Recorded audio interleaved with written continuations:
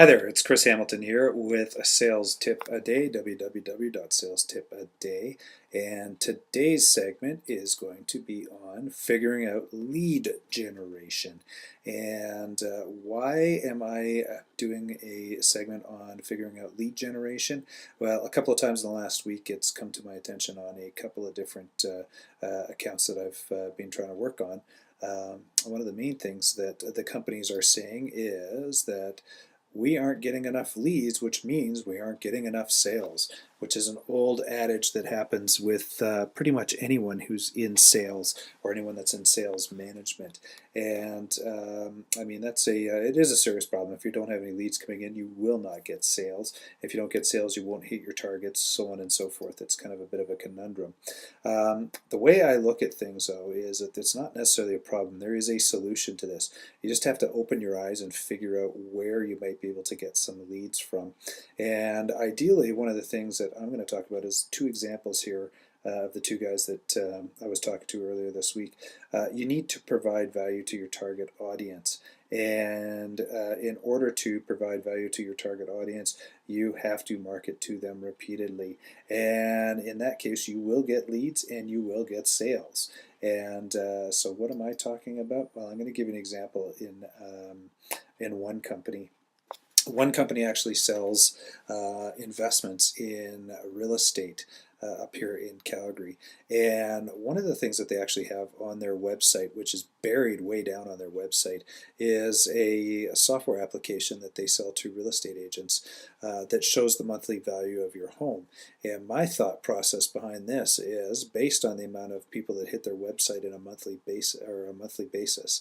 If they were to actually offer this as a one-of service to individuals signing up, where they would get a monthly or a weekly email from this company, just showing the house value that they have at 200 monthly subscribers, which is probably on the low side, with a 10% uptake and a 20% close ratio based on what they actually sell their stuff for.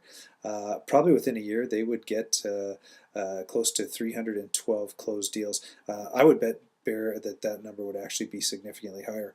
But what that means to this company is about $10 million in additional revenue. Now, the interesting thing is they've already created this program. They've got a widget. They just have never figured out actually using this information to use as a sales lead. And the funny thing is they're actually giving it away for free anyways. So why not entice people to actually sign up for this thing?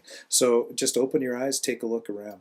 Second example is a company that does some pre-existing weekly marketing at a cost of about $60,000 per year.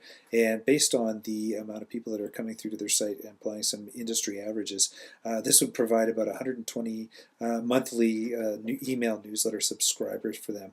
And one of the main things that they could do is take the existing marketing they have, put people through to a landing page, provide some value to these people, investment information, housing information, a whole bunch of different things that they could do.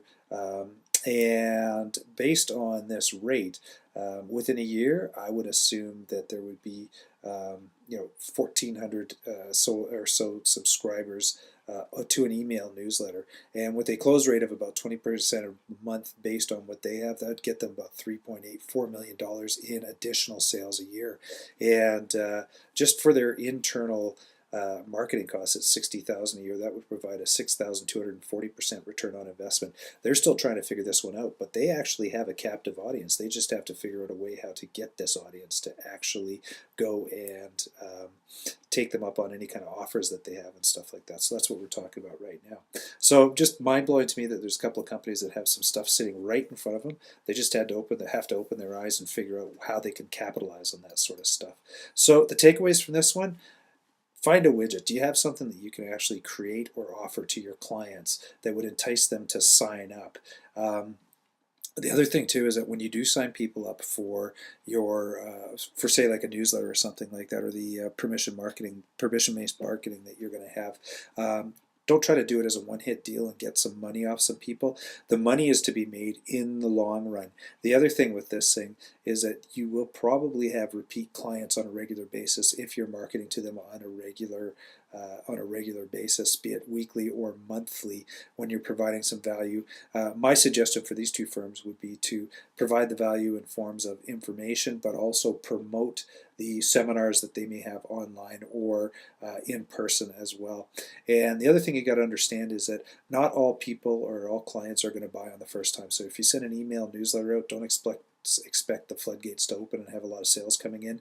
It could take numerous touch points with these individuals for them to actually buy from you.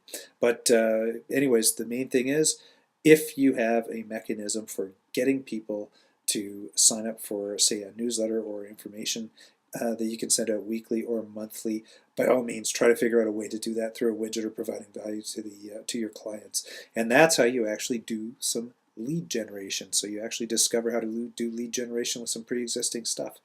Anyways, for daily sales and marketing information, go to www.salestipaday.com, or feel free to contact me, Chris Hamilton, at chris@salestipaday.com. Thanks for viewing.